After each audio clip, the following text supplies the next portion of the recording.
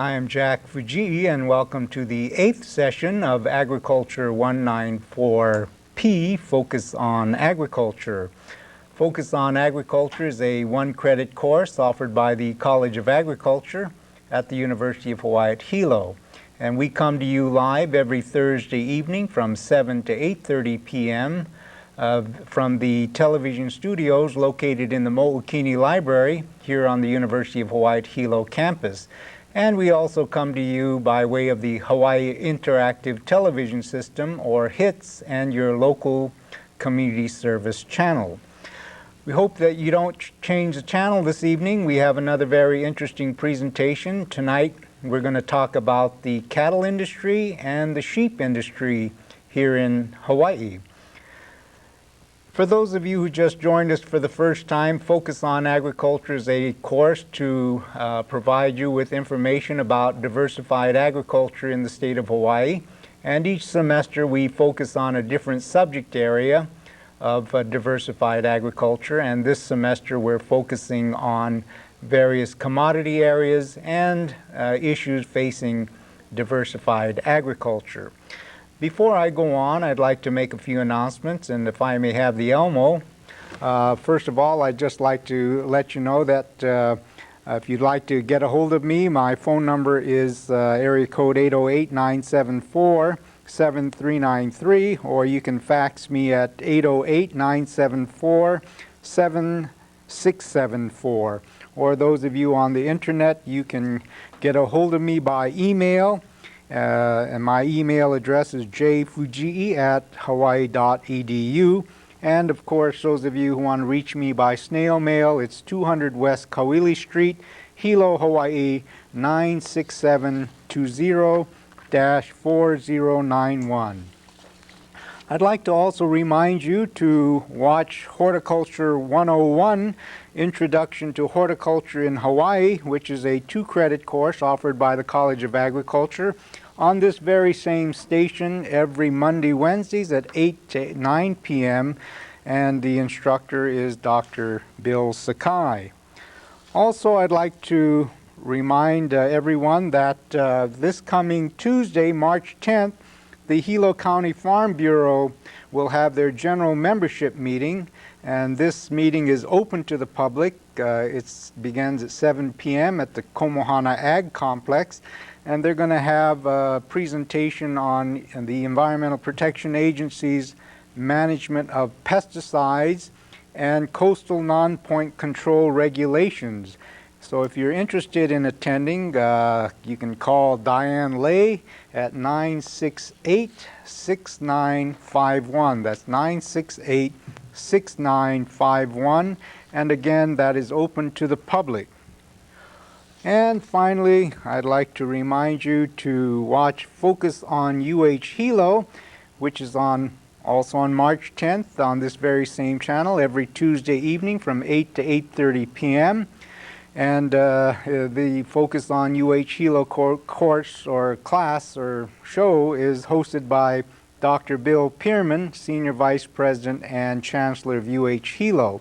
His guest this coming Tuesday is Dr. Don Price of the Hilo College of Arts and Sciences, and he is Assistant Professor of Biology, and he's going to talk about the secrets of the rainforest, explosive speciation of Hawaiian flies.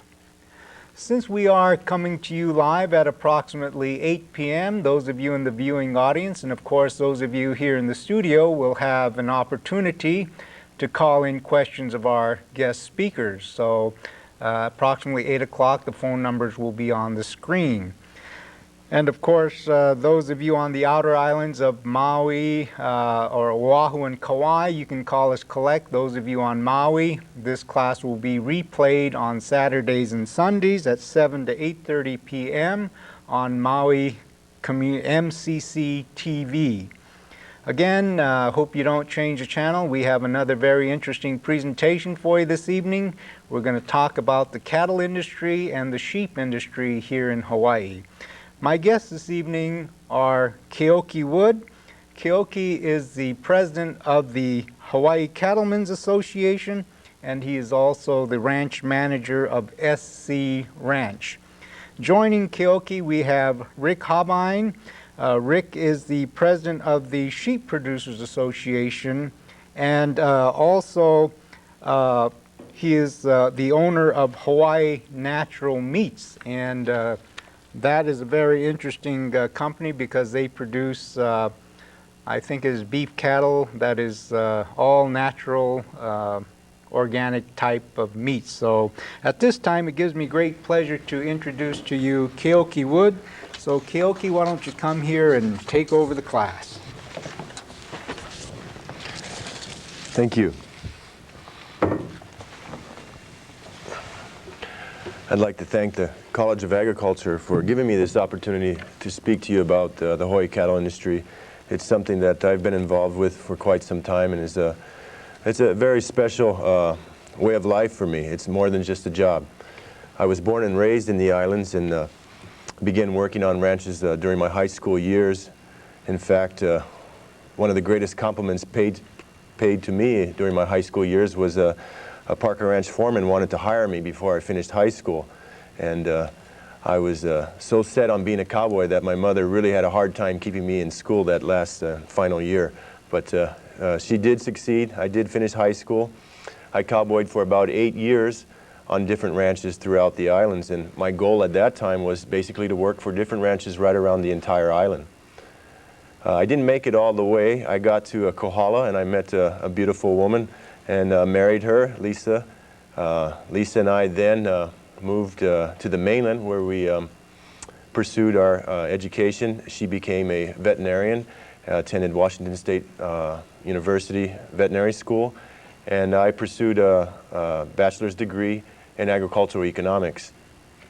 After graduating, we returned home in 1990, and I began working for SC Ranch, where I am currently employed today, and my wife is practicing veterinary medicine in Waimea. I'd like to just share some numbers with you to give you an idea on the size of the industry. And before I do that, though, I have a question for you folks out there. You don't have to answer it right away, but dealing with numbers, the question is, if you had 50 female pigs and 50 male deer, what would you have? Now, those of you that answer this question right, I've been assured that you will pass the class with an A. You'd have 100,000 bucks, okay?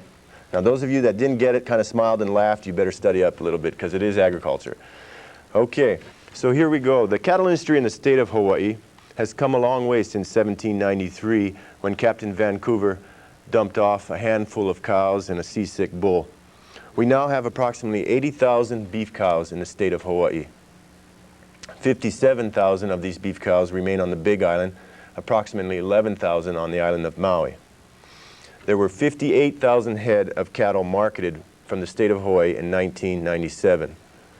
This amounted to about $16 million in farm gate value, so it has a pretty significant economic benefit to our state. 39,000 of the 58,000 animals were exported, so we also have a considerable amount of animals exported, and also provides a very substantial economic benefit. The local animals that were processed here that stayed within the state were 19,000 animals, and that also has increased over the years. With our, if you could start the video, please. I thought I'd provide you with a little bit of background, and as you're watching this video, you might come to the conclusion that it has nothing to do with what I'm talking about, except it's nice scenery. And I figured this presentation might go the way a lot of things on the ranch go, where some days nothing goes right, but at least you have some nice scenery. So anyway, you can enjoy the sights and listen to me, or turn the volume down if you wish, but I'd like to tell you about what some of the ranchers are experiencing right now, which is a pretty severe drought. What makes this really hard for many of us is that it's the second drought we're having to deal with in 3 years. Now, the drought has several effects. Of course, the obvious one is the lack of water, but the economic effects to a rancher have to do more with the weight loss of the animals that he would sell. These animals would usually be 8 to 10-month-old cows, and on a good, calves, and on a good year, these calves would weigh approximately 500 to 400 pounds. However, during a drought year, these animals might be reduced in weight by 25 to 30%. So instead of a 500-pound animal, you might be selling a 350-pound animal. Now, of course, this has a tremendous effect on your gross revenue, and that's one of the serious consequences of the drought. Another effect of the drought, however, is that it also causes an increase in your production costs. Many ranchers feel it's necessary to supplement the protein during the drought. This could increase your cost per cow by $20 to $30 a head. Now, if you had 1,000 head, that would add up considerably. So on one hand, you have less revenue because of the loss in production, and on the other hand, you have higher costs. A lag effect of the drought, however, is that you're going to see lower conception rates during that drought year. This means that less cows would conceive, and then the following year, you would have a smaller amount of calves to be sold. So the drought really has a 2-year effect. And unfortunately, we just went through 2 years and we thought we were going to come back, and now we got hit with another drought. So for many ranchers, this is a very tough time. It's tough physically because it involves a lot more work, and it's tough emotionally because of the stress. Hawaii has a unique situation when compared to other ranching states in that it has no auction yards. And this really frustrates ranchers much more because during a drought situation, it becomes essential to try and move the cattle off the ranch as quickly as possible. And then when the weather is more favorable, you can restock your ranch rapidly as well. And this is facilitated very well through auction yards. However, Hawaii has no auction yards, and therefore you're pretty much stuck with the animals that you have on your ranch until they can be either shipped off the island or processed at one of the local plants. Many of these plants, however, have 3 to 4, even 6-month waiting lists to get your animals in them. So a lot of times you'll make your booking, but by the time you can actually process the animal, the drought will be over. Of course, the other way is to ship the younger animals off the island and to the mainland. However, this also does require a tremendous amount of prior planning, and it's not something that you can do within the same week you decide to do it. It's something that takes months of prior proper preparation.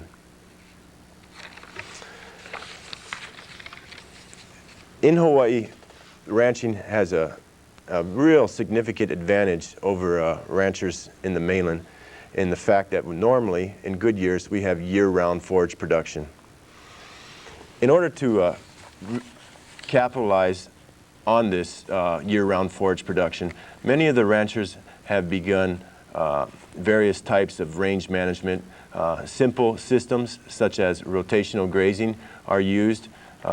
This is a practice that instead of just fencing off the perimeter of the ranch, you would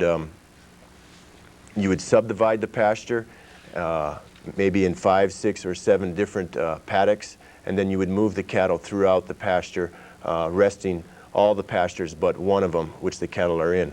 This allows for the grass to regrow much faster and is truly an innovative tool that many of the Hawaiian ranchers have been able to capitalize on and perfected the art. It's an art as much as a science in rotational grazing.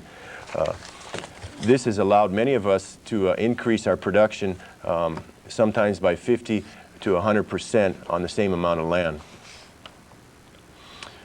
One thing, a lot of people think of ranchers as just being people in charge of grazing and raising cattle, but in actuality, they're really a resource manager.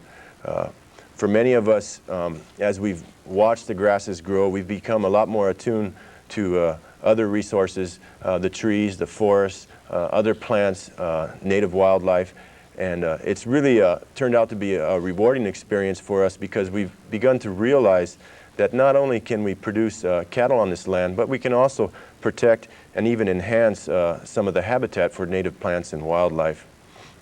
An example of this would be the nene, which up in Volcano area, where the sanctuary is located, many of the nene tend to roam off into a neighboring ranch. The reason for this is that the nene geese are grazers like cattle, and with the cattle grazing, they tend to leave a few younger plants behind, which the nene find to be pretty tasty, and therefore they they roam off of their sanctuary and onto the cattle ranch. Well, for the biologists studying them, they're a little bit frustrated because they've set up this sanctuary and the nene actually prefer to run with the cattle or fly with the cattle. Another example too would be the palila bird. I find it pretty interesting that with the saddle road realignment, the palila bird habitat has been decided that the habitat is needed to be expanded. And the best area they could find that would be suitable for palila bird habitat happens to be grazing land again. And I think that many ranchers, if they were given the opportunity to manage for other animals and wildlife, they could do a very good job and continue to promote and enhance the wildlife for many of our native animals. Agriculture also has an acronym called LISA. This is a new buzzword. It's pretty popular. It basically stands for Low Input Sustainable Agriculture. I find it amusing that there's many grants available for new types of low input sustainable agriculture when in fact ranching and the grazing of livestock is one of the oldest forms of low input sustainable agriculture. Grazing also provides a perfect transitional use for many of the lands throughout our island. You see some of the former sugarcane lands being grazed. I feel that this has a tremendous advantage over some of the other uses because at this time we don't know what all the potential uses for these lands are. There's many crops out there that we haven't found out if they would be economically viable to produce. But in the meantime, we can graze these lands and provide some revenue from them, at the same time keep other options open. Unfortunately, some other types of practices, such as maybe a monoculture with trees, does not allow this flexibility. A lot of times removing the stumps would be cost prohibitive, and then that would cut down on your options. So the grazing does provide a pretty good opportunity in looking at potential uses. Of course, the grazing also has a real beneficial effect to the soil as far as restoring organic matter, and it allows, like I said, for other potential uses to and like I said, this is going to be, at times, the scenery is going to be the best part when I got lost in my notes here. But we're getting through there. I think it's important to determine the class of animals that are marketed throughout the state, so you have an idea of what our industry has in terms of its ability to sell. The first class I talked about was the weaned calves. These are calves about 8 to 10 months of age, and they usually range in weight from 375 pounds to approximately 575 pounds. These calves are usually exported to the mainland. Another type of calves is the forage finished animal. These animals are usually less than 2 years of age, and they weigh approximately 900 to 1,000 pounds.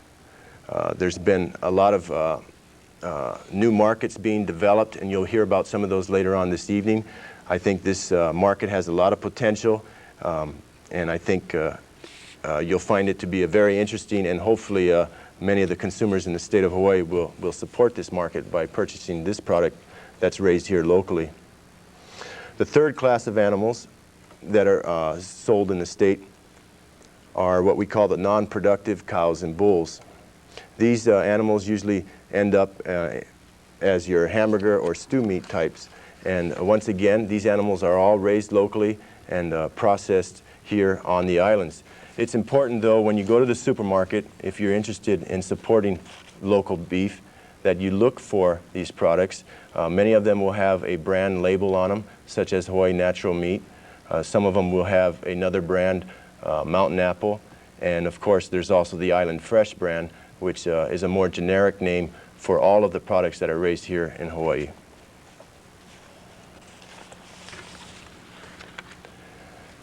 The marketing situation in Hawaii is one that has changed drastically in the last 10 years.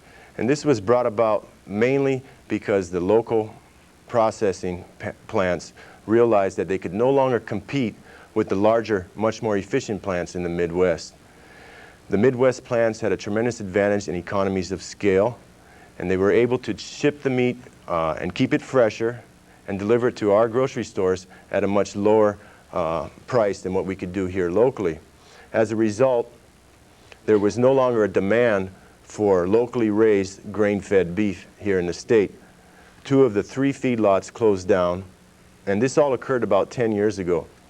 As a result, the Hawaii ranchers were basically left with no market for their weaned calves, and they had to seek new marketing opportunities. It was almost overnight that we went from being a domestic supplier to an exporter of young animals less than 1 year of age. A couple of the ranches began exporting their animals to markets such as Canada and Mexico. And then there was also some animals that were shipped to the mainland. The foreign markets allowed us to use a very efficient means of transportation. It was a livestock ship, a ship that's specially designed to move livestock. And it was a very effective way to move large numbers of animals. However, when we went to the mainland, we realized that we were prohibited from using this same livestock ship. And this was due to the fact of a 76-year-old maritime law that actually was enacted, became law before Hawaii was even in a state. And this law stated that if you were going to travel or do any commerce from one port, U.S. port, to the next, that it had to be a U.S. flagged, U.S. built, and U.S. crewed ship. Well, there were no livestock ships of this nature. So in order for the Hawaii ranchers to still sell their livestock in the U.S. mainland, they were forced to use the existing Jones Act carriers. And in order to do this, they had to invest in building and constructing specially designed equipment to ship the cattle in. This resulted in an investment of about $1 million by the ranchers, investment in equipment, just to ship their cattle and comply with the Jones Act. This was a considerable investment for any industry, and it was the greatest investment by any in the state of Hawaii in terms of transportation. Unfortunately, though, all it did was allow us to have some of the highest agricultural rates in the state of Hawaii. This has become a very crucial point for many of the ranchers. There's a large portion of their revenue that is being has to be given up in order to cover this cost of shipping. And as a result of that, the Hawaii Cattlemen's Association has been very much involved in looking for reform to this maritime law called the Jones Act.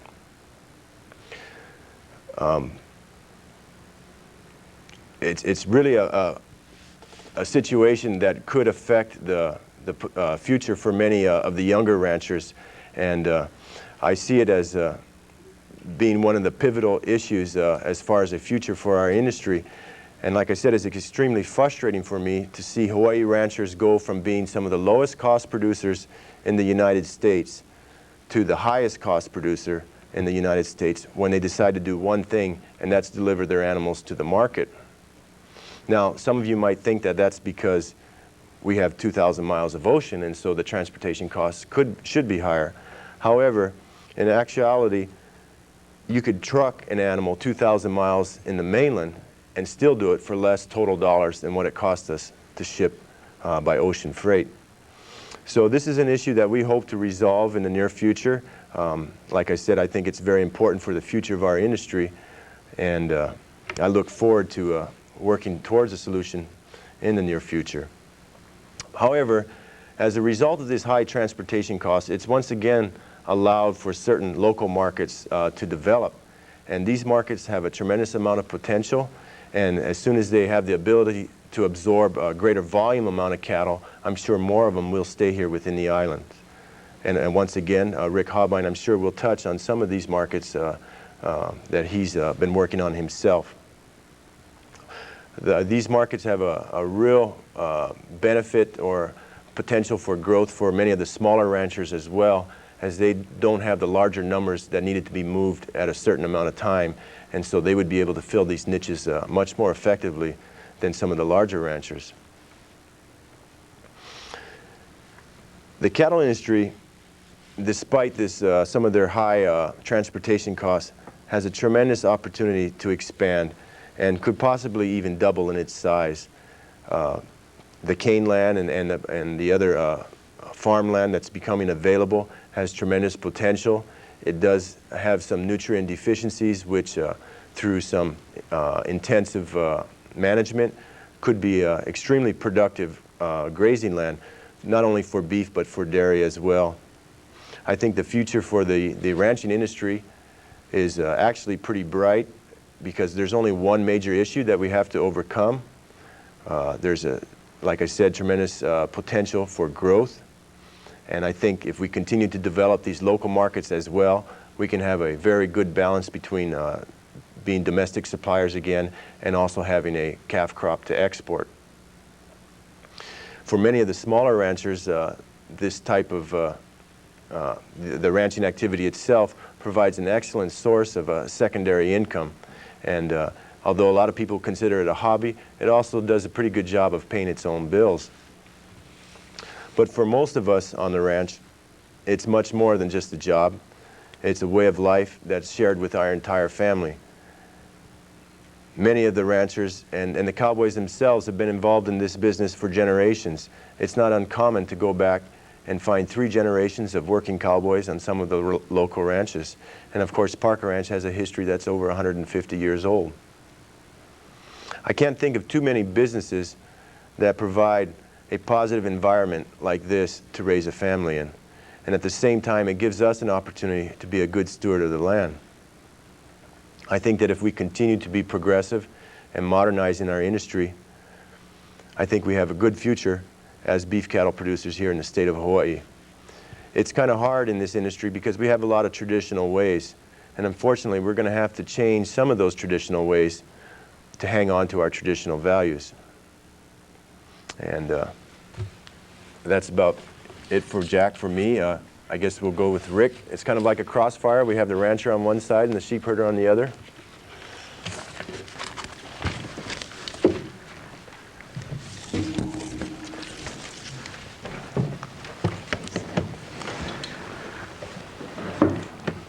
I guess I'll sit down so we can keep everything in the same place.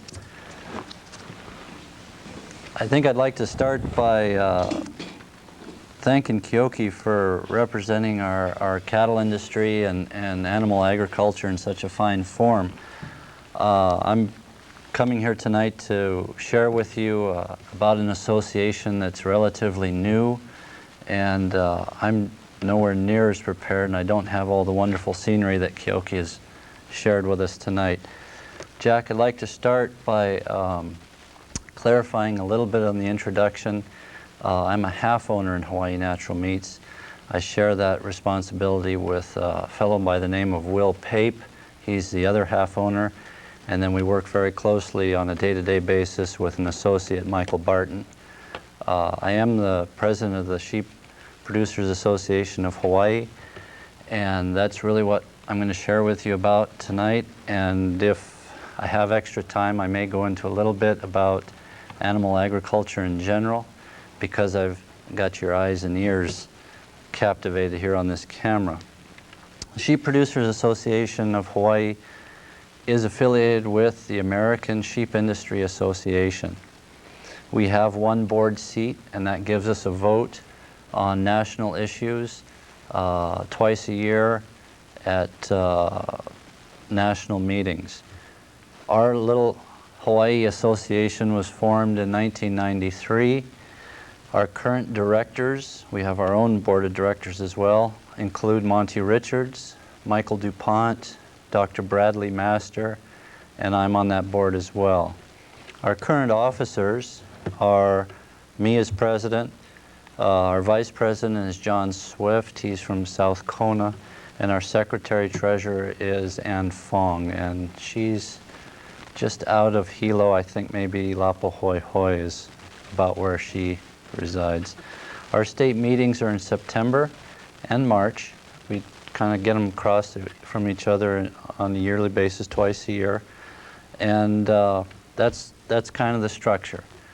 Our purpose is real simple. It's to support a sheep industry here in Hawaii, to promote sheep and actually goats as well, to address health issues that come up, to look for look for problems, if there are any, in the legislative things that go on in our state or nationally, and support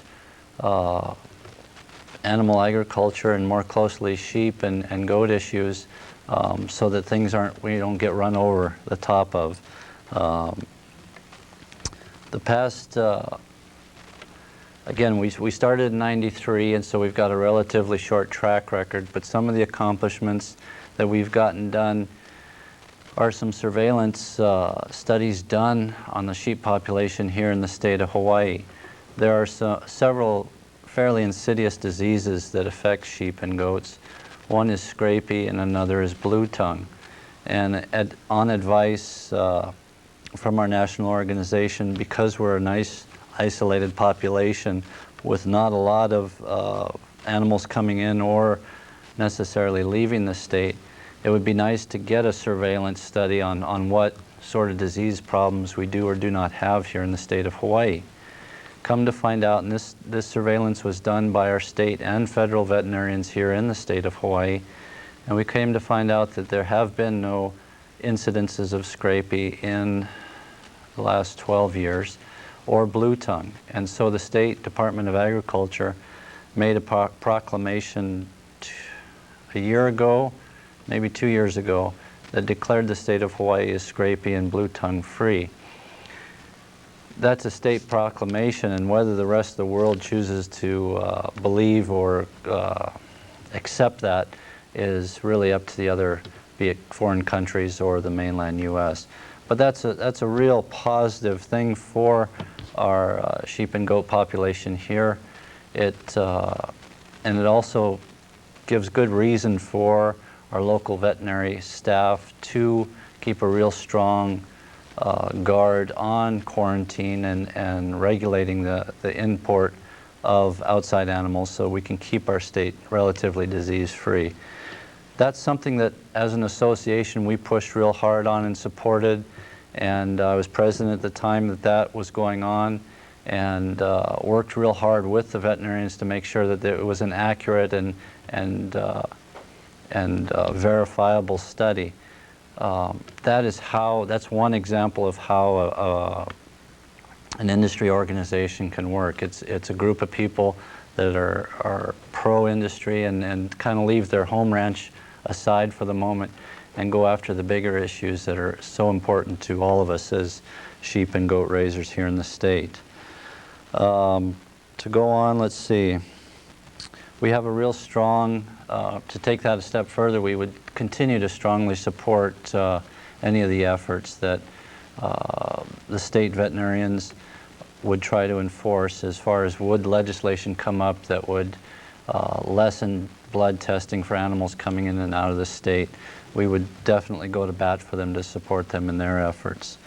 Let's see. We ran across, as our state meat inspection went from a state-run organization to the USDA federally inspected meat processing system, the sheep came under really strong scrutiny, and a lot of it was due to our inspectors not having a lot of experience with processing sheep. We again, as an industry association, went to bat. The inspectors were insisting that the sheep be completely shorn before processing, and we worked real closely with our federal inspectors and came up with a solution that we could, in our industry we call it crutching, but it's a real minimal shearing that would come up right up the middle of the body, around the neck, and of course around the back end of the sheep. What that does is it saves the rancher or the farmer a lot of effort in a complete shear, and it still gets a wholesome, clean product to the slaughterhouse in efforts so that they could do their job. Again, the industry association came in and played a real big part in working with those inspectors and working out a solution that was equitable to both sides. Another focus for our association, we believe real strongly in this, or I as president has sort of taken it on as one of my main missions, is to help the young people coming up, be they in 4-H or just in production agriculture for themselves. And we hold herd health, shearing demonstrations, foot trimming demonstrations. We examined a stillborn fetus, and all these little kids that are coming up raising sheep. We kind of go out of our way to help them learn about what they're doing. So we're real strong on that and promoting proper care of these animals. As we look into the future, we've had a visitation of a tremendously talented lady that's done a lot of work in developing artificial insemination in sheep, which has to date been something that's really hard to get done. The reproductive tract of a sheep is extremely difficult to navigate and get artificial insemination accomplished. There is some new technique, and a gal has come from Oregon and has done some artificial insemination here, and as an association, that's a real nice way, we see it, that's a real nice way to bring in good genetics without bringing in actually the animal in. Again, that's going to help us in our health monitoring if you're just bringing in germplasm. That's something that we're going to, as an association, promote and try to continue. We again would like to get we've been a little remiss in this, and get our membership up, get the participation of our producers in the state up to a level where they feel like they are more committed, or we are more committed to them. We don't have a lot of numbers in the state of Hawaii. There's a lot of small producers with 4 or 5 or 6 sheep. There's several larger producers with well over 1,000 ewes. The island of Ni'ihau probably has more sheep than any of the rest of the state. Many of them are what the industry would consider a feral sheep, which is basically gone wild. But it is still an industry for the Robinson family, or a means of income for the Robinson family. They do gather, they do shear, they do sell lamb crop. And that's really what I've got as far as the organization is concerned. And anybody with questions about the Sheep Producers Association of Hawaii, feel free to give me a call. I'm in the phone book, and maybe numbers can be gotten through the university. Matter of fact, I know the extension service on any of the islands can get you these numbers. And to kind of keep it going, I'd like to, because I've got more time than I've planned for, I'd like to delve into a little bit about animal agriculture in general, trying to keep it more with the sheep. There are some real interesting opportunities using sheep and animal agriculture in our evolving world. We continue to look for ways for animal agriculture to be socially acceptable. There's a lot of people in this world that have some very negative views about what animal agriculture is doing to the land and doing to our world in general, from methane to erosion to species eradication as far as plant species. And I didn't bring with me, but there are some really tremendous videos that show integrated resource management using sheep and cattle to manage, for example, forestry projects where people have replanted pine trees on the mainland, and the little saplings are coming out, but the weeds are choking them down, and they're not getting the light they need. So there are forestry groups, for example, in Canada, that are paying shepherds, paying sheepmen to bring their sheep in after the saplings get up to about 2 feet. The sheep don't necessarily enjoy a pine tree, but they like all the forbs and broadleaf plants all around the pine tree sapling that are choking it out. And they found it extremely effective to use sheep instead of herbicides, instead of mowing, or any other mechanical means to groom these forests and help these young trees get going. The other thing what's tremendous about sheep, and we've seen this on our own farm, is that their manure is second to chicken manure as far as fertility and benefit to the soil. So along with getting those weeds trimmed around those little pine trees or other trees, we haven't done too much of that on our place, but we have done a little bit. You also get that benefit of the sheep manure. The benefit that we've seen on our farm, we have, as many ranches here in Hawaii do, pu'us, and they're small cinder cones, and typically the soil on these cinder cones is thin, leached, perhaps rocky, just because of the design of the pu'u. And we're in a high rainfall area, 60 to 80 inch rainfall. And what we find is the soil gets particularly thin on the tops of these pu'us. We get weeds that grow that are undesirable. We get sedge, which is an indication of poor soil fertility. The accident with sheep is that they all like to camp at the tops of these hills. And when they camp on the tops of these hills, the first thing they do when they get up in the morning is they go to the bathroom. So what you have is a nutrient transfer to the top of these hills. Your fertilizer, animal fertilizer, is getting up on the tops of these hills where it's really needed.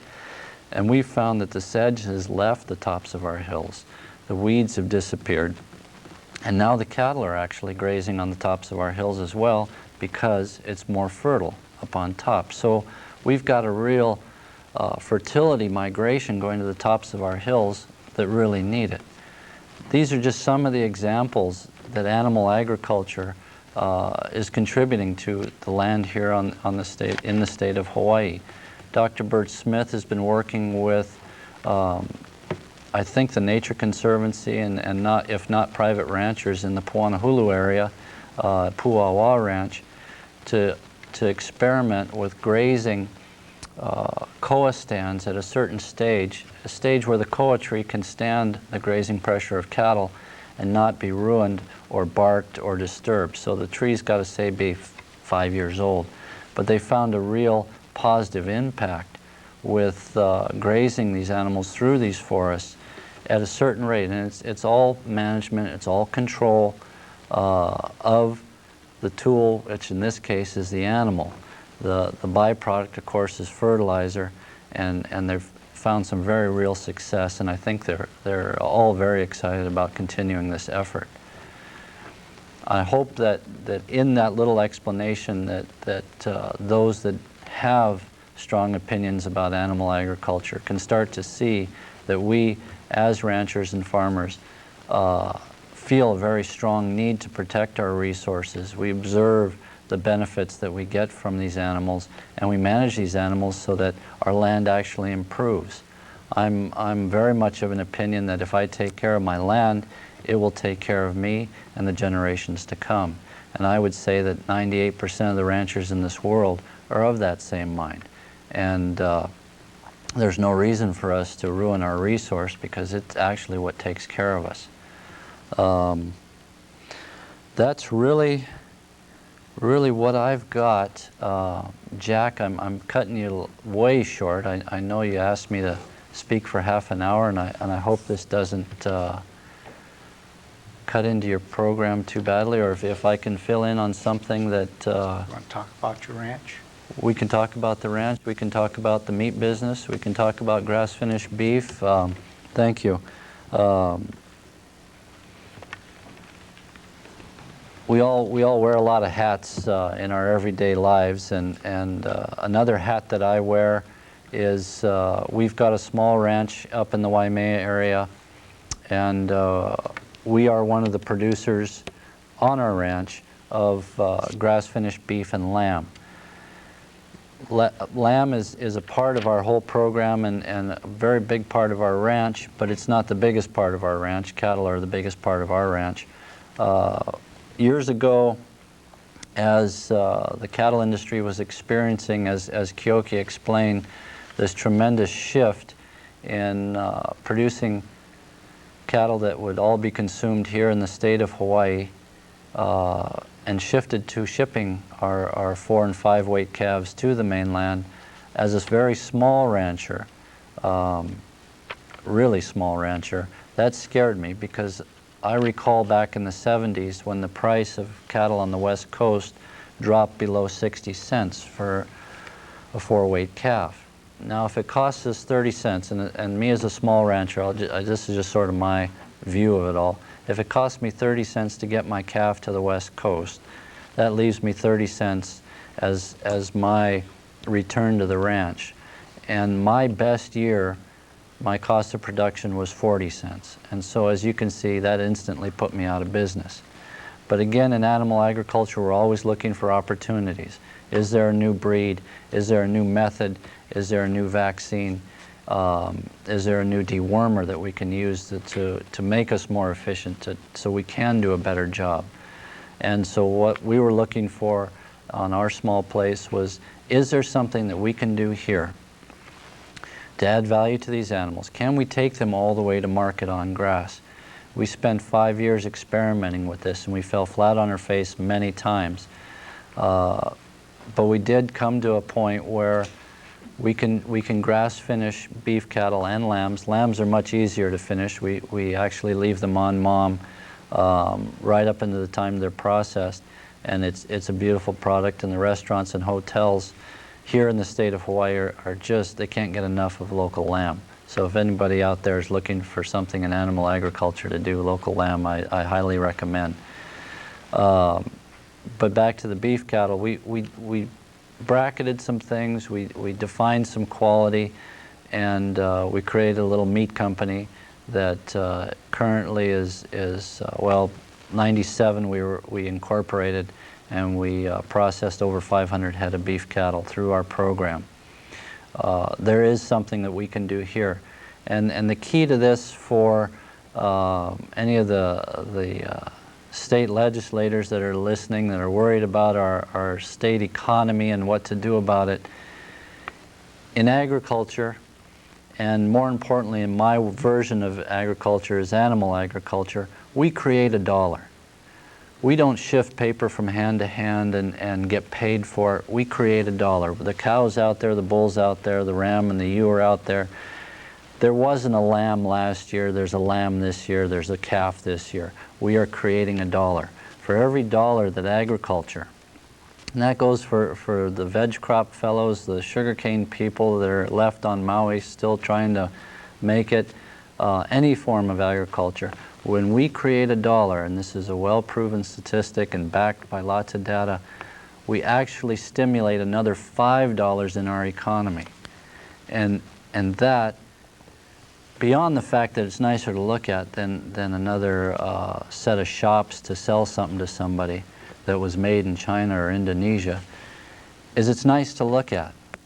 One of the things that up in our part of the Big Island, Waimea, that concerns a lot of the people that live in our town is open space. And that's something that everybody values really highly. Now, open space doesn't necessarily give the highest return on the dollar, but it is something that when someone comes from somewhere else, and we're told that our biggest industry in the state of Hawaii is the tourist industry. When someone comes from somewhere else, that's a tourist, they don't want to look at another shop, they don't want to look at another cement wall, they don't want to see another highway loaded and jammed with cars and other people trying to get in another place. They want to see beautiful country. And that's something that we've got in Hawaii that a lot of other places don't have. And agriculture is the only way we're going to keep open space, create some economic gain out of it. And if we're going to rely on the tourist industry, then we've got to have something for them to look at. Now, I'm speaking from my side of the fence, and that's my best argument for why they ought to all stay in cow pastures or sheep meadows or veg crop rows and well-managed little farms. But agriculture is going to keep us, if the tourist industry is what we got to have, then we've got to have something to look at. And agriculture is a much nicer thing to look at than a whole nother set of buildings and development. Beyond that, we're looking again for opportunity. We find opportunity if we can keep a product home. What happens? And I've run through this scenario before, but for those of you that haven't heard this, indulge me one more time for those that have. If an animal stays here in the state of Hawaii and it grows up and it's 400 pounds, At that point, for example, it may go to the mainland. And not everybody can keep all their cattle here. I find myself feeling very lucky and fortunate that I can market all of my product here. Every time I spend money on mineral, every time I put diesel in my pickup, every time I go into the feed store and buy another vaccine, or I get Keoki's wife to come out and preg test my cows, anything that I do here generates tax revenue for the state of Hawaii. We're turning over that dollar. So that meat goes into a processing plant. All those employees take home a paycheck. That processing manager or owner takes home a little bit of profit. I take it on to the grocery store, which is what we do. We fabricate and process in other people's plants because we're not processing people. We pick it back up and run it into a grocery store. The butcher in the grocery store, he makes a little bit of profit. He pays his wrappers a salary. In our case, KTA is the people that buy our, and that's a plug for you, Derek, so I want to thank you on tomorrow morning. KTA is a tremendous supporter of local agriculture, and they take a little profit too. Well, you can see every time that happens, every time somebody takes a little bit of piece of the action, there's state revenue generated versus that animal leaving the state. And so animal agriculture or agriculture in general, staying home, generating those $5 extra is the best thing that I can do, doing my part for the economy of the state of Hawaii, which from what I understand is really in bad shape. So Jack, I'm about out of soapboxes to stand on, and again, I apologize for not having a more thorough presentation as Keoki did. Okay, well, thank you very much, Rick. I want to mention that, apologize that portions of our presentation were kind of blacked out, I think, in the Hilo area. I think about 7:15 to 7:20, and just a little bit earlier, about 8:40 to 8:42, we were off the air, but I think we're back on the air, and I apologize that I don't know what it is. It was leaving our studios here, and after it leaves our studios, we don't know what happens. But I have a little label here that I'd like to put on the Elmo, and let me see if I can zoom in on it. And what we want you to do is when you go to the supermarket, take a look at this label here. And I believe this label was developed by the State Department of Agriculture and the Cooperative Extension Service at UH, Manoa's, and I think Mike DuPont is extension agent who was instrumental in developing this label. So when you go to the supermarket and you see the go to the beef section, look for this label, and the flower here means it's island fresh, and so support local agriculture, and when you purchase beef, take a look at that label. Okay, for those of you who just joined us, you're watching Agriculture 194P, Focus on Agriculture, which is a one-credit course offered by the College of Agriculture at the University of Hawaii at Hilo.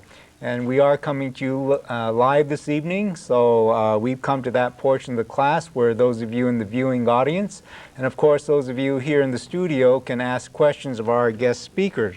And this evening we're talking about the Hawaii cattle industry and the Hawaii sheep industry.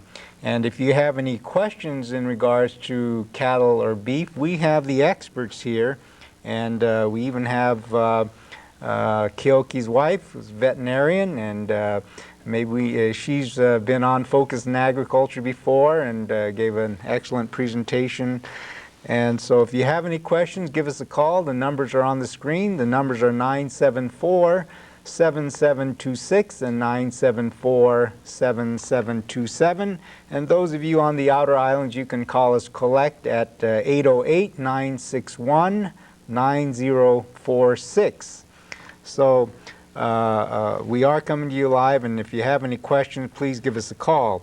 I'd also like to mention that the College of Agriculture has an excellent hands-on program in animal science, and we also have two options in our animal science specialization. We have the production option and a pre-veterinary option. And if you would like, or if any of you are interested in the area of pre-veterinary medicine, we've got a real good program here, hands-on program. And we also have a 110-acre farm here in Paneva where our students put theory to practice. And this past year, we sent one of our students to Washington State, and he came back and reported to us that he had well, I guess it was during the laboratory session at Washington State, he was one of the few people that was able to palpate a cow, and the professor asked him, well, where did you learn how to palpate a cow? And he said, well, he learned how at the College of Agriculture at the University of Hawaii at Hilo. And that kind of made my day, because the other students over there were kind of book smart, and our students were not only book smart, but hands-on smart. So if you have any people out there or students who are interested in animal science or pre-veterinary medicine, please give us a call at the College of Agriculture. The number is 974-7393, and we have Dr. Eric Cleveland, who is our professor of animal science. Since we don't have any calls, I've got a question. You know, I don't know if it's just in the movies or not, but there's always a battle between the sheep herders and the cattle people. And so what's the story on the Big Island here with the cattle and the sheep? Who might answer that question? Shall I let Rick answer that question? Sure. Okay, Rick, go ahead. There's no battle here. That was something that was developed for the movies and Hollywood and sensationalism. Actually, no, that's not completely true. There were some very strong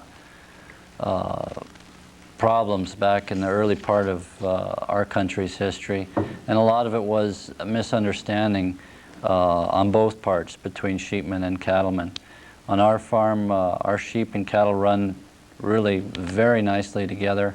I know that's the same story at Kahua Ranch in the northern part of this island. They actually complement each other quite nicely.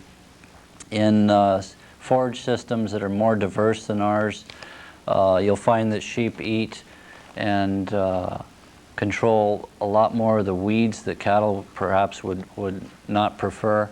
There's a really horrible little yellow flower that's taken over a lot of the pasture land on this island. It's called senecio, and Monty Richards at Kahua and Bill Oakes, assistant manager at Kahua, they both have expressed very real success in controlling this senecio. It looks like a little yellow daisy, and it just takes over your pasture, and it's really horrible. The sheep can tolerate it. It's got some sort of a toxin in it, and Lisa, throw a book at me if I'm getting this wrong, but there's a toxin in there that can actually damage the liver, and the sheep tend to tolerate that a lot better than the cattle do. So they actually support each other really quite nicely. Okay, Rick, I understand we have a caller. Will the caller let us know where you're calling from, and go ahead with your question, please? Yeah, hi, my name is Tim Fleming. I'm calling from Mountain View. Okay. I'm a past president of the HCC Ag Club and student, recent graduate. I just wanted to comment for Rick. We did a tour a year ago last February with some Japanese exchange students, and we visited his ranch.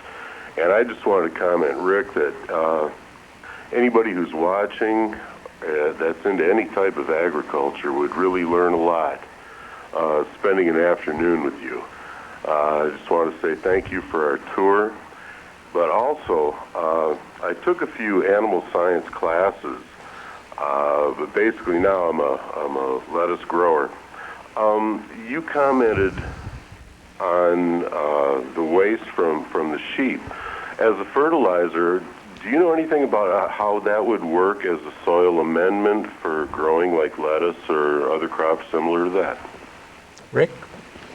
I don't know how that would work, and the problem that I foresee initially is that there's very few sheep operations here in the state of Hawaii, save maybe the shearing shed of, you know, if a farm has a shearing shed, I'm thinking of how do you collect the manure to get it on your lettuce. Yeah. The other thing is that poultry houses are a little more set up for that kind of thing, and a lot of them are already doing composting. Right. And I think I would recommend that anyway.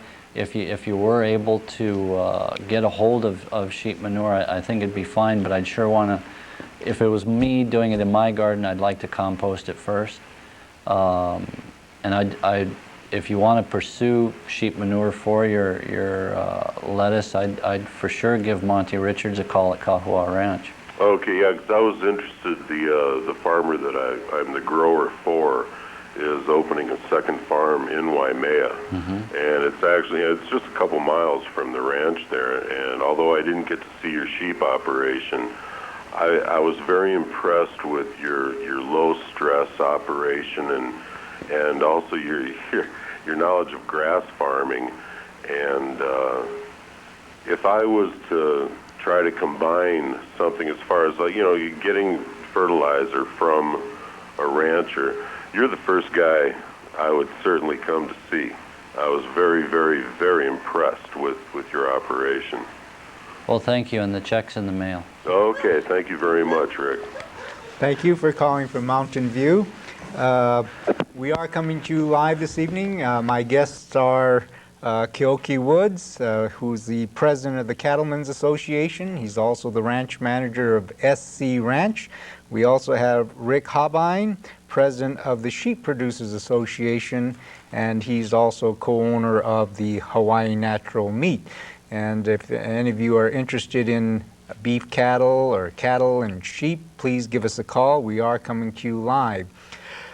I have another question for Keoki. You know, a lot of times I go driving up Waimea side and see the beautiful pastures out there, and I see all different kinds of cows, some black ones and some brown ones and red ones. So there must be different breeds. Keoki, what breeds do we have now in Hawaii, and what are some of the characteristics of these different breeds? Well, primarily we have English breeds in most of our cow herds, Angus and Hereford. These are pretty easily handling cattle. They're easy fleshing cattle. But lately, in the last 15 years, there's been a lot of exotic breeds introduced as well. Breeds that are more known for their carcass characteristics, such as Charolais, Simmental, Limousin. What's really interesting is that the beef cattle industry as a whole has made their product much leaner than it was, say, 20 years ago, just basically due to genetics and selection. But in Hawaii, once again, you'd have mostly English cross type cows. The crossbred animal is a much more productive animal because of its hybrid vigor. And then you would see various types of bulls used on those. The key to it is to try and match the cow to the environment that you're raising her in. And most cattle, I guess ranchers out here, are you doing natural breeding, or are you going more towards the artificial insemination?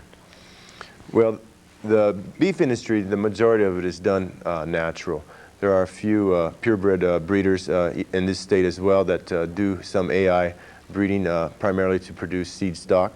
The dairy industry, they've made tremendous improvement in their genetics, and that was mainly through AI. But with the beef cattle industry, the cattle are out in the pastures. It's much more labor intensive to actually bring them in and check them for heats and artificially inseminate them. Therefore, most of it is done naturally. Okay, we have two callers on the line. Will the first caller let us know where you're calling from, and go ahead with your question, please? Yes, I'm calling from Hilo. Okay. I know cattle and sheep are a bit ways away from lilocoid, but what I'm wondering about is sheep are known to keep weeds down. I was wondering whether you can use sheep to keep guavas and vivy down And would they eat the lilikoi too? Okay, who would like to answer that, Rick or Keoki? It's for the guy on the left. Okay, Rick, go ahead. I know there's been work with goats in controlling guava and Christmas berry, and that's been done real successfully by ranchers in the volcano area of this island. Whether the animals would, now I'm not sure if I'm following you right, if you want the lilikoi to stay and the other to go away, or do you want all of it taken out? No, I want the lilikoi. You want the lilikoi to stay? Yes. Is the lilikoi growing on the guava? I mean, Exactly. It is. I'm using the guava as a trellis. And so your problem is? Seedlings. Probably sheep would be better. The thing that the goats are effective in doing is girdling a tree, climbing up in trees, and they'll kill the guava. So it would be, in my estimation, be worth a try. I wouldn't go get 100 sheep and bank on it. I'd do a trial. Right. Another thing that's successfully done in animal agriculture, and we've got friends down in South Kona, John and Vicki Swift, and they grow coffee, and coffee is their big crop, but they do the weeding in their coffee with weeder geese. These are geese that they've raised and trained, and their weed problem is like a desmodium. It's a legume that's coming up. And okay, so as those goslings are little tiny babies, they feed them the weed, training them what food is. They're born and they don't know, and so you train them to eat that desmodium, and they leave the coffee alone. That So sounds like a good idea. I don't know if geese will eat little guava seedlings or not, Right. but that's the kind of opportunity that you may have. Okay, thank you. You're welcome. Thank you for calling from Hilo. We have another caller. Could you let us know where you're calling from and go ahead with the question, please? I'm calling from Waimea. Okay. My question is, considering the seriousness of this drought, do you think that at some point in time the economics will favor shipping in the higher protein ration from the mainland and finishing our cattle here rather than shipping our cattle to the mainland and absorbing that cost, considering the price of grain in the mainland right now? I think that's a good answer for Keoki. Well, Rick and I can both work on it. Economics is the question. With the drought situation, there's going to be some supplementing of feed, and that cost can be considerable, like I mentioned. I'm not sure if in the past it's always been thought that it's cheaper to ship the animal to the feed than it is to ship the feed to the animal. You have about a 6 to 1 conversion where it takes 6 pounds of feed to put on a pound of gain on the animal. But I don't believe that's something that we have to believe is laid in stone. I think there's other opportunities. Maybe we don't have to feed cattle as long. The key, though, is we do have to have a cheap supply of roughage to make up the majority of the diet. And with the drought situation, I don't know if that's going to exist. I think the supplemental roughages that are going to be available are actually going to be more expensive. And it's just a question of how long this thing goes on. If we get good rains in May, I think we'll be all right. But it certainly could involve exploring new marketing opportunities. Rick, do you want to add to that? The only thing I can add to that is a little bit of and it's really too premature to go chasing it too much, is there are several groups on the island of Oahu that are exploring some feedstuffs that we may be able to grow here in the state of Hawaii. And if the caller's who I think it is, you know as well as I do how long people have been trying to feed cattle here in the state of Hawaii. And it's been forever, and they've tried just about everything.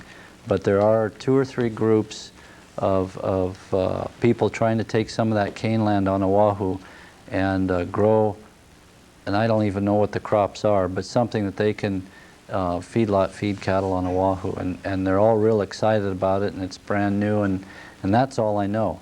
So there may be an opportunity there, but that's the only thing I can add to or comment on. Does that answer the question from Waimea? I guess it does. Okay. You know, Keoki, a little while back there was a lot of noise about cholesterol and everything, and they were talking about this Texas Longhorn, which was a range cattle, I guess you call it. Do we have any Texas Longhorns in Hawaii, and is that a good breed of cattle to have? Well, genetically they're a little bit leaner than some of the English breeds, but we have a lot of those breeds here in Hawaii that are genetically leaner. The Charolais, the Solaire, which are both French breeds, the Simmental, the Limousin, they're leaner. One of the things, though, that they've been looking at with the forage-fed finished beef is the cholesterol content. And I believe they're still in the preliminary stages of analyzing the product, but they do believe that it would actually be lower in cholesterol. Rick, isn't that what you've heard as well?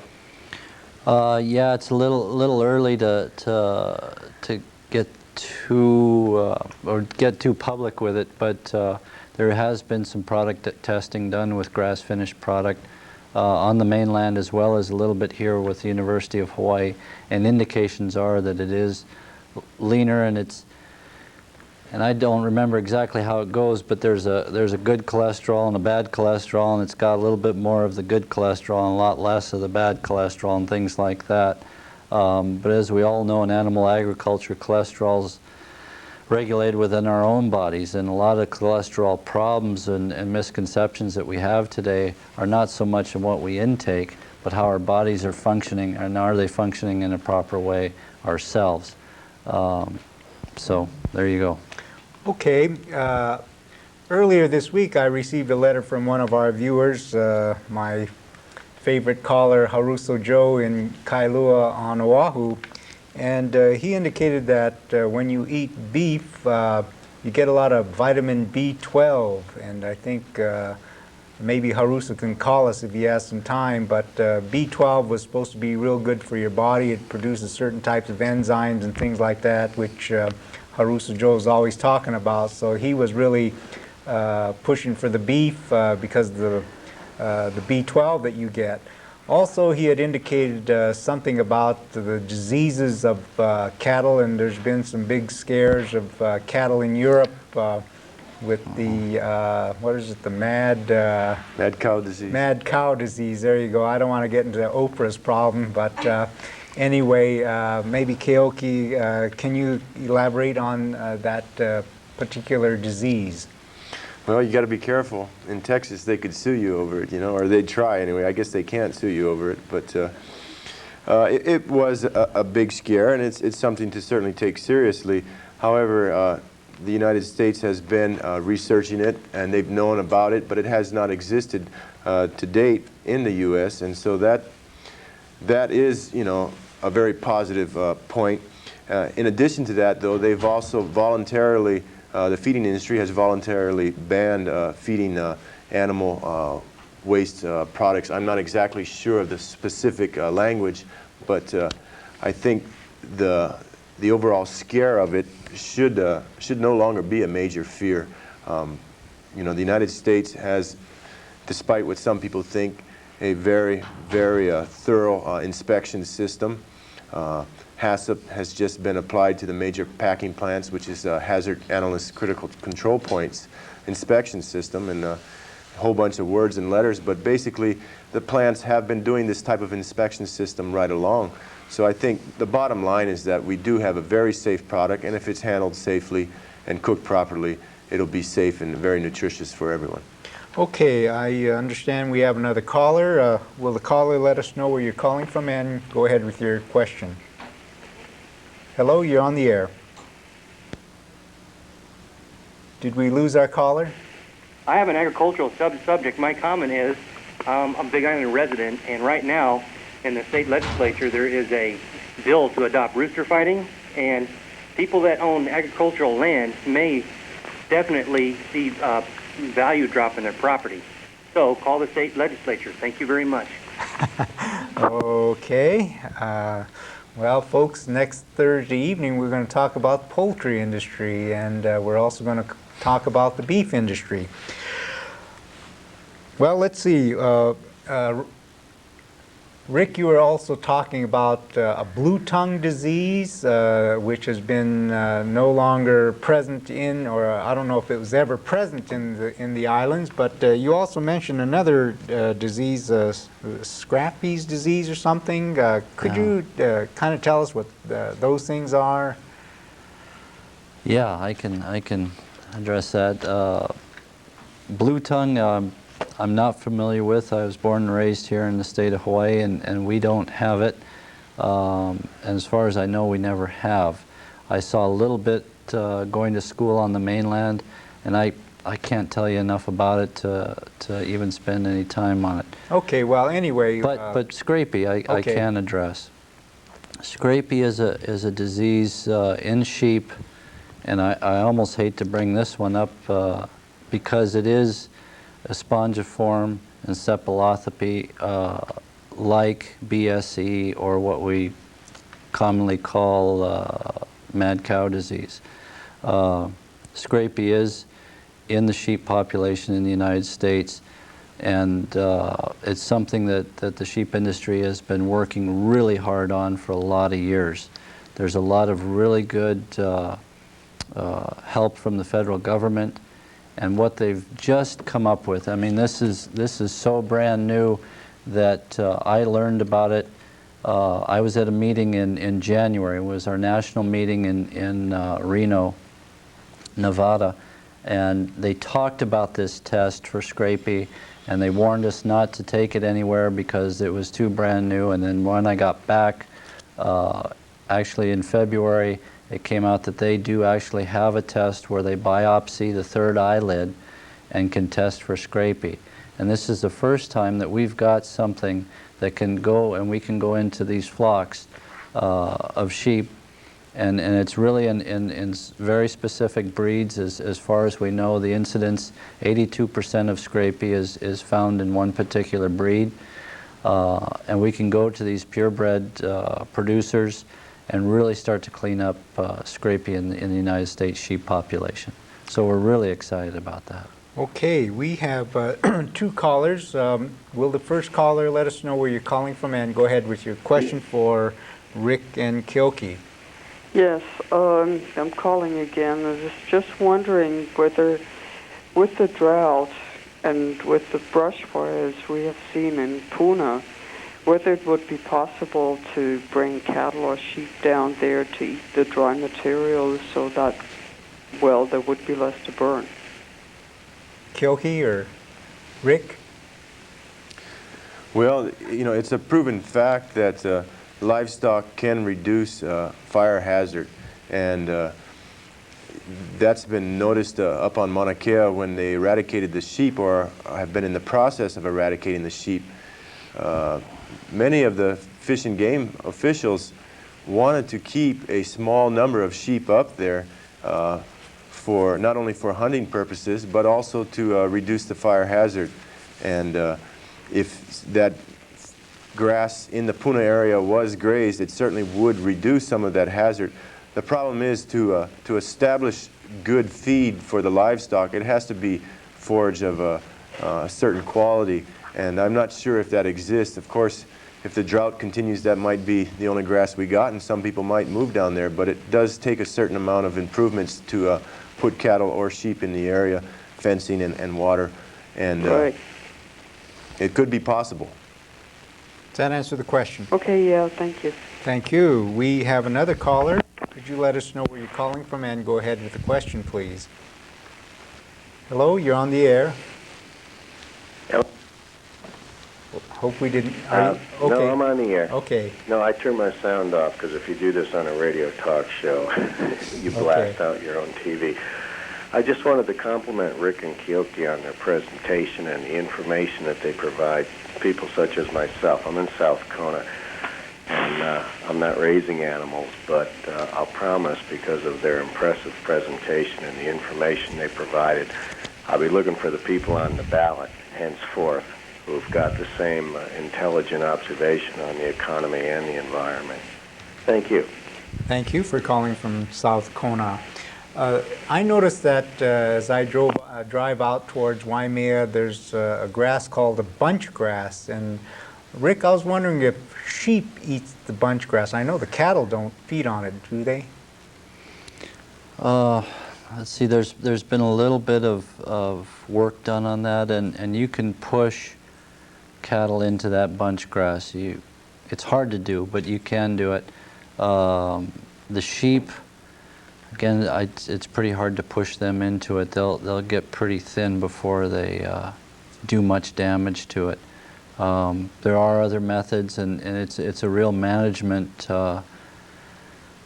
problem or challenge, if you will, and that's in today's agriculture. That's really how we face things like that bunch grass that you'll see out. Actually, it's more on the drier side of Waimea. Is it a goal to get rid of it, or is it a goal to encourage the other grasses that are growing around it to overtake it? Can we get an opportunity, for example, if a fire burns through a piece of country, can we do some seeding and can we do some management to control that grass? And so it's, to use terms coined by other folks, we look at the whole system, and that's how we'd go after it. But if to get rid of that bunch grass was a goal, we can do it. We can do it with animals. Okay, thank you, Rick. We have another caller. Could you let us know where you're calling from and go ahead with your question, please?